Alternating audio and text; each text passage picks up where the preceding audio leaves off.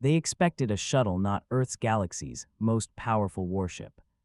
The primary displays across Corvi Station turned a blind white before the automation loops could find their pitch. In the center of the registry hall, the central terminal did not flash red for an incoming missile strike. It simply lost its data connections. The glowing word for a routine transport hull vanished from the screen as a forced script deleted the file entirely. In its place, the network generated a new classification marker that the station defense batteries did not have a matching routine to intercept.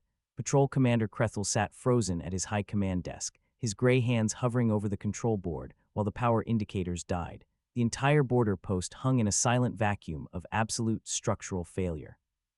The record never lies, but it can wait 40 years to trap you. Stay close.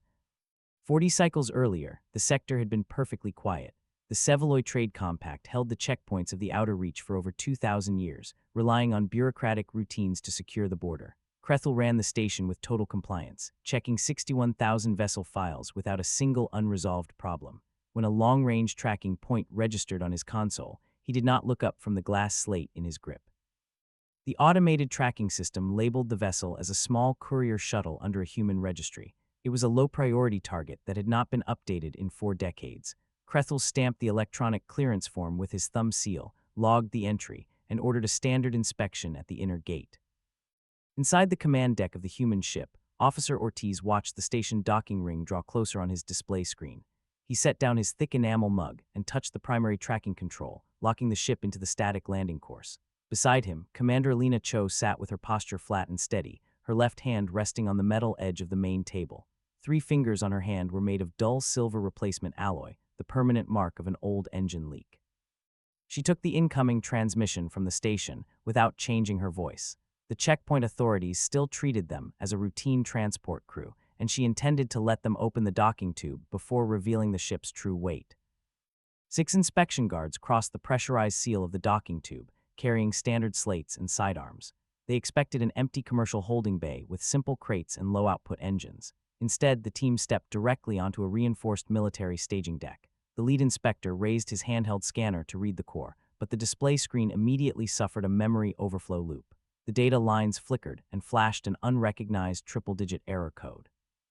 The sensor arrays recorded a hull thickness that matched no civilian ship in the Imperial database, backed by a weaponized energy signature that filled the entire loading corridor. In the station registry hall, Liaison Dorothulan watched the primary tracking feed drop its signal.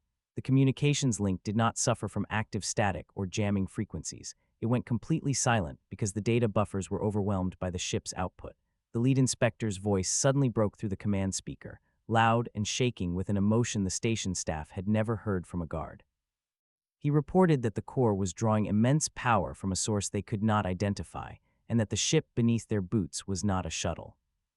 Krethel forced open the historical subrouting archives by hand, his computational eyes widening as he cleared the old logs. At the absolute bottom of an unread stack deep within the network, he uncovered a tiny red indicator flag that had been ignored for 14 months. A junior human analyst had filed a clear warning about this exact vessel classification, but the alert had remained buried under 1,100 lines of routine cargo files. Krethel realized the human military had spent over 2 decades systematically rebuilding their obsolete transport ships from the interior out, keeping the old external registry markings unchanged on purpose to deceive the border outposts. Cho opened a wideband station broadcast that bypassed the terminal's security blockers. Her voice echoed clearly through the central rotunda, flat and completely unbothered by the station's full alert status. She announced that the ship was the vanguard of a restructured fleet, and that 40 identical heavy warships were currently moving through neighboring checkpoints under the same outdated paperwork. The Empire had spent 40 years looking at old records, while the real vessels grew behind the shadow of the silhouette. The human ship pushed a live network handshake directly through the open audio link, forcing an automatic database correction across 19 regional relay nodes. The station terminals lost their green text as the automated scripts tore through the network control systems. No plasma fire crossed the void. No hull breaches registered on the hull blocks. No civilian casualties occurred within the transit zone. The system simply completed the calculations that the Empire's administrators had refused to run for 40 years.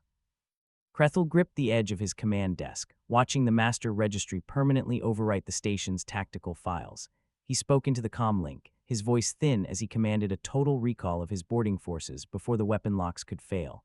The 6 inspectors retreated across the pressurized tube in perfect silence, leaving their slates behind. Yulan stepped to the central desk to process the final clearance log, noting that the humans had not broken a single treaty line during the transit. The tiny red flag on the terminal did not vanish. It expanded until it covered the entire sector display screen as a permanent warning asset. Krethel stared at the updated Super Dreadnought classification code on his screen, his hand shaking as he picked up a physical stylus to mark the paper log.